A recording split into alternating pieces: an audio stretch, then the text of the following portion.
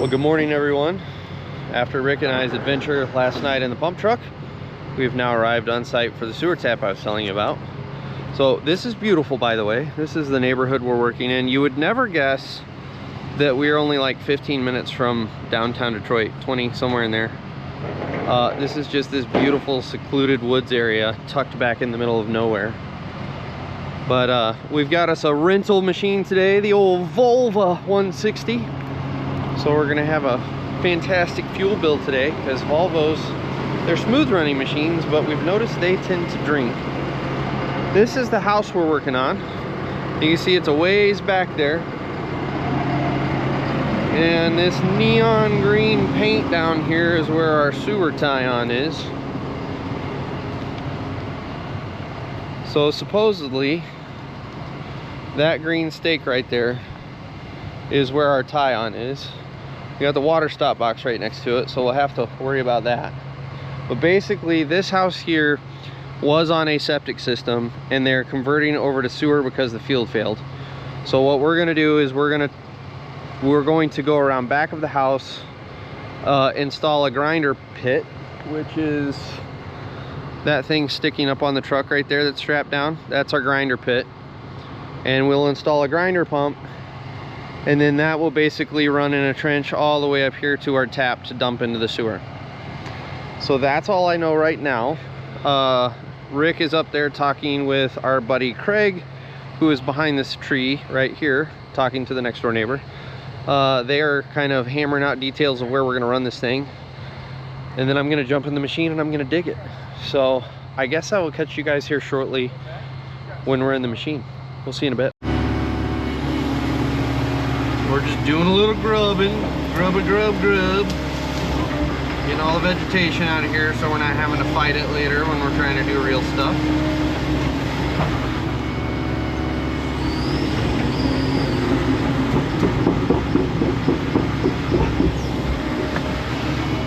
Rick finally got me a real machine instead of these little dinky machines I've been running. So that's nice, you know.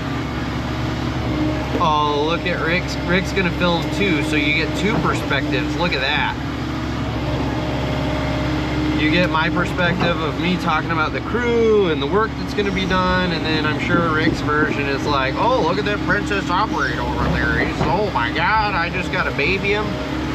Even though I gotta call him in every time things get hard. Blah, blah, blah, blah, blah.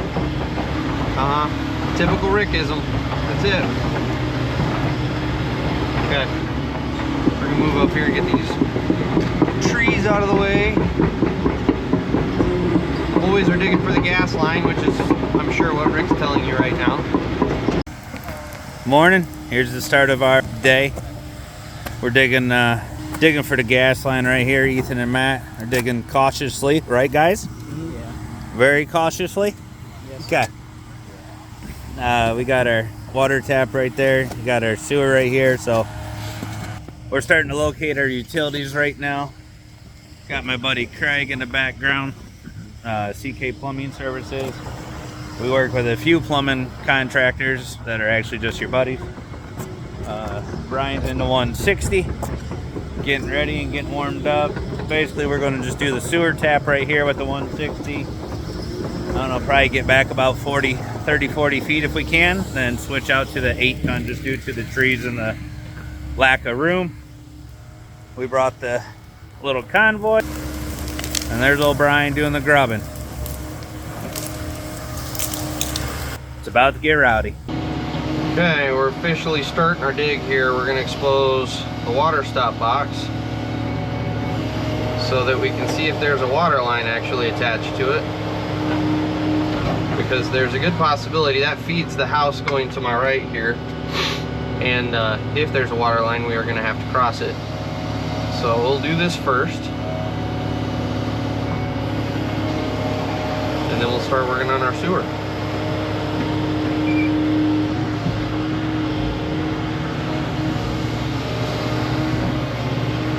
And I had a comment a couple videos back where a guy was saying, hey, I love it that you guys are showing the utility work because no one really shows that, and it's challenging because of all the stuff you have to deal with.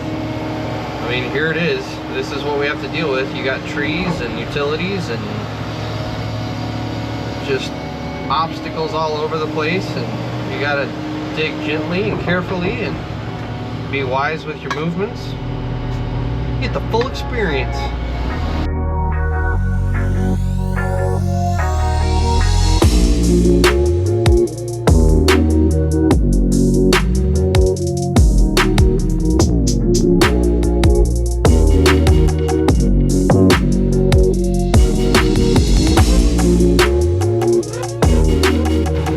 So I'm gonna say this quietly because everyone's upset now, but there was a big tree root, and so Rick was like, go grab the Sawzall, and it turns out that the tree root may have been the water line, and so we managed to hit water within 5 minutes of this job.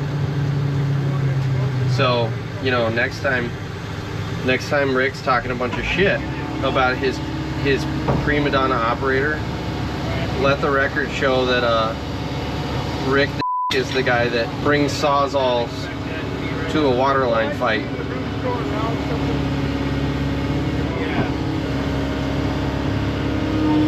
Don't go too deep, Brian. We're gonna be 10 foot here. Huh? We're gonna be 10 foot here. I understand that. We're still working here though. Let's get the water out. Okay. Yeah, see? Notice the irritation in Rick's voice. Because at the end of the day, Rick ordered the Sawzall. Uh-huh. Rick actually did the cutting even. Uh-huh. Uh-huh. Alright, I'm gonna turn the cameras off before I get shot. Well, we hit a gas line. Every time we come down here, it's something. This is where we found Brian's Sherry the first time. We potholed, found the utilities, found the gas line, pulling the water line, trying to cut a tree root off the water line. We nicked the water line, got that shut off, finally pinched, started digging down to make our sewer connection, and there we be. You can see the gas flowing out in the video. You can see the gas line back there. They never marked the gas line for the main service. They got everything located. We thought we had a clear ticket just because of where all the utilities ran. We were about 9 foot away from the main, when lo and behold we caught a old service line that goes to the house. So got consumer here getting ready to come dig it up. I think they're going to pinch it off about 8 feet away and probably tap it, run new service, and hopefully we're back up and digging for the rest of the day here by noon. We'll see what happens. The guys are around back right now.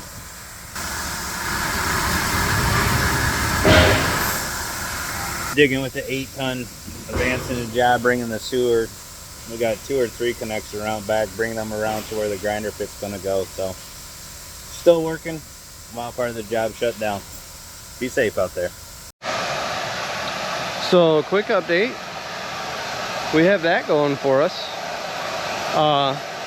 Just a quick window into the other side of dealing with utilities.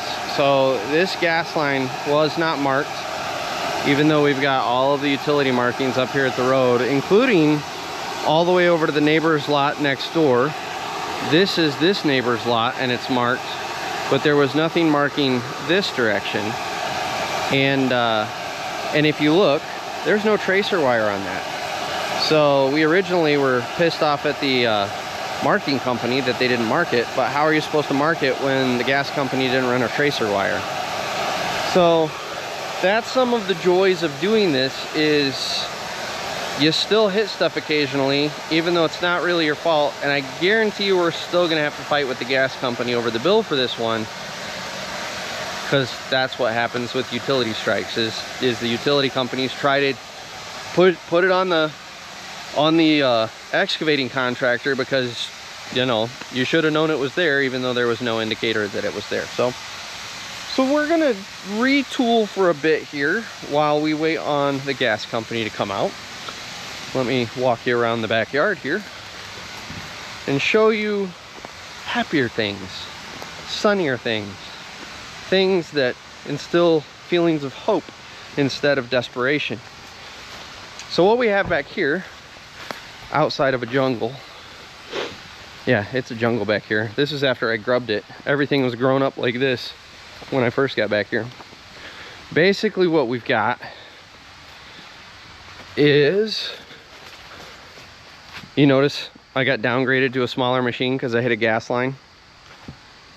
I shouldn't have talked shit about Rick. That's all it is. So basically we've got a line coming out of the house here, and then you can see this guy right here barely exposed. That's another line.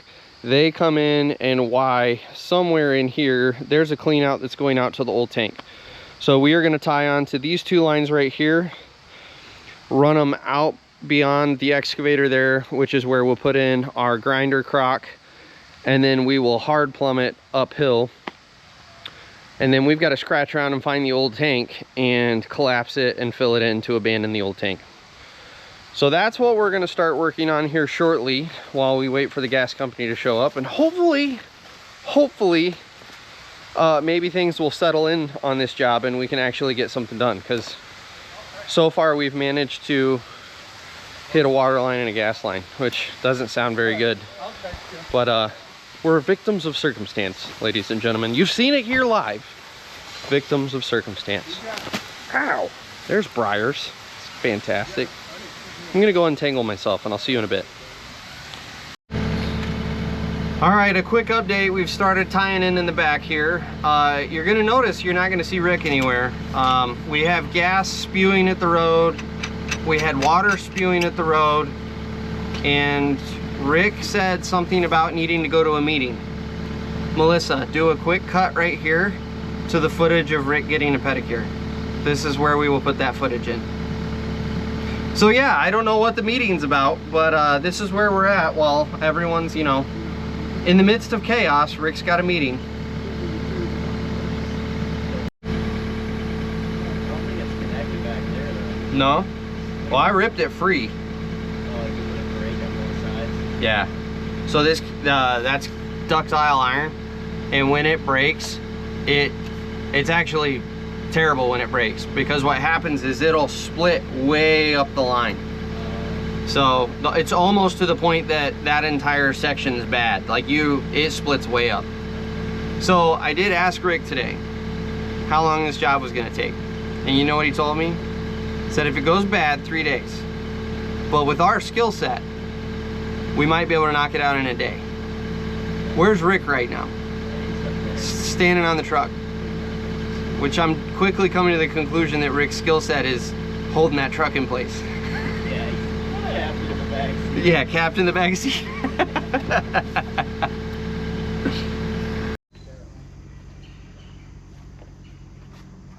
Well, here's where we're at. Waiting on plumbers. I tried to dig them a crock in. They told me to take it back out. I said give him 20 minutes, guys. 20 minutes. It's been like 20 minutes. And see, they still don't know what's going on. Still working. Still trying to figure it out. Meanwhile, the dirt guys just sit. You're gonna have to use two. And where's Rick? Where is Rick this whole time? Standing out at the truck. You know what he told me when I asked him what was going on in the backyard out front? Oh, they're waiting on you.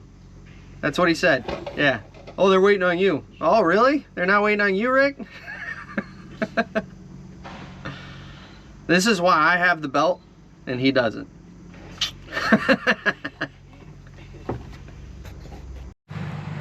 Okay, so Craig and I, and Craig, just to remind you guys, is our plumber.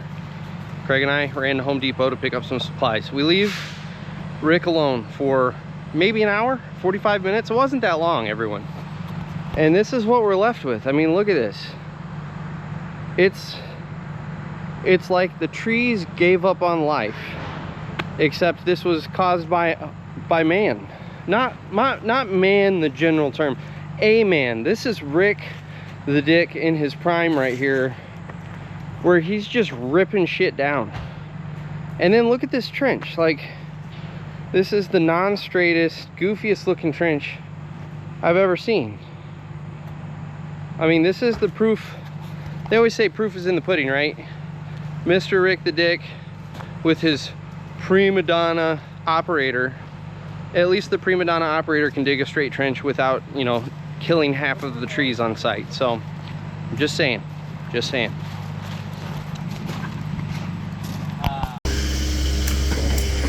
Got the sewer lines running from back here. Septic tanks back here. Got a third line tied on right here. Brian's digging for the grinder pit so we can run our power around the house. Run our 2-inch line straight back to that. Right behind the 8-ton going to our sewer tap. Consumer's going to be done. Consumer's going to be done in about another hour. We'll give you an update on that a little bit. We're running our 2-inch line right now. We got Ethan running his 48 inches. We're dealing with the gas line right here. We're trying to jump through onto the other side right now. That way we can run over here, go visit Matt. Everybody's a little bit rattled, but we're getting them calmed down. It wasn't nobody's fault. We'll get into that a little bit later. But it wasn't nobody's fault what happened. It's obviously chaos for a minute, gas blowing through the air and everybody feeling like they did something wrong, and the job starts taking a turn going sideways for a minute. But we're back on track. We're back around dealing with gas lines. The guys are getting a little hand shy for a minute, digging around the gas lines, but they're back at it. Like I told them, you can't sweat the small stuff. That wasn't no one's fault. You know how to do your job. That was just a bad design from the locator and us and whoever did the connections. But at the end of the day, guys are back on track. We're making headway. We jumped to the back of the job. Brian and them ran the pipe. I'm taking over, just digging some 2-inch in for a little bit. We're going to do this. We're going to do the sewer tap tomorrow.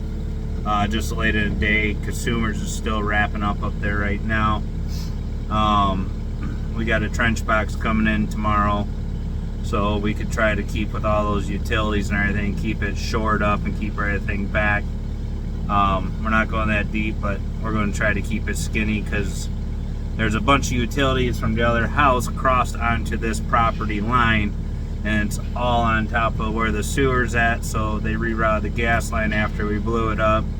The water line we broke because we were trying to cut the roots off, hit the water line, so we pulled the water line out of the way because it's right on top of the sewer line. So needless to say, we got the water shut off. You should see a connection sometime tomorrow. Alright, we got our catch basin back here. The boys are running there's our 2-inch sewer line. Making sure we get all that dirt out, aren't we, Ethan? As he's sticking it in the bank. Tilted all the way up. Hey, look, we got a visitor. We got a deer. City deer. The city deer. They just don't even care. But it's been a day. It's been a day. So we're gonna watch these boys in action here.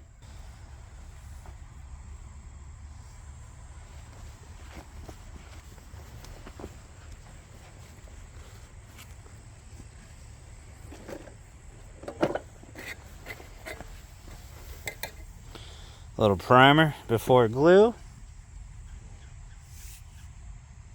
Hey, don't shove that piece of pipe backwards in the dirt. Only primer 4 inches, Matt. So go ahead and take that once it's done here. Go ahead and walk it back and throw it up on the hill so it's up out of your way. Keep going right there. Good. That way when you pull it, you don't fill your bell up.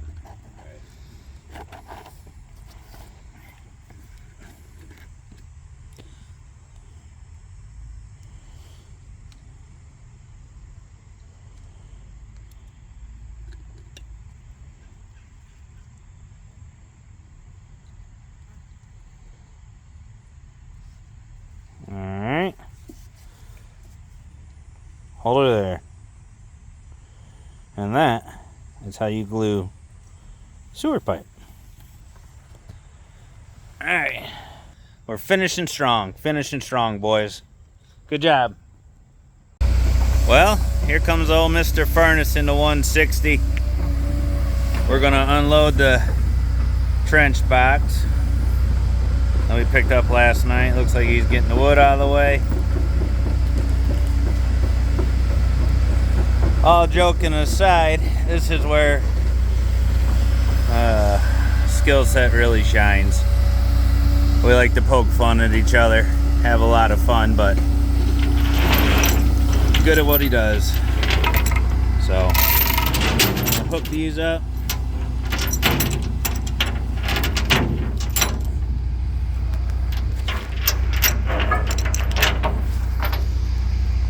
Alright, take those up slow. Come out. There you go. Now up.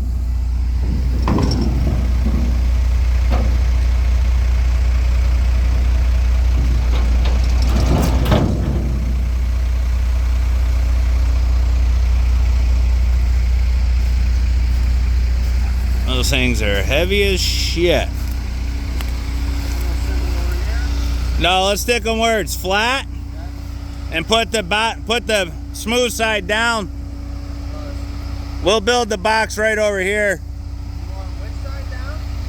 I want the smooth side down. Oh, yeah.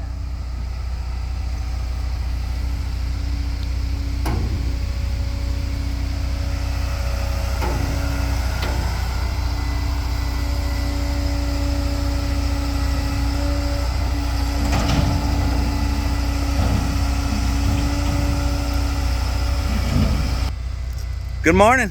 That's us getting started for the day. It's gonna be rowdy. We'll get you some video.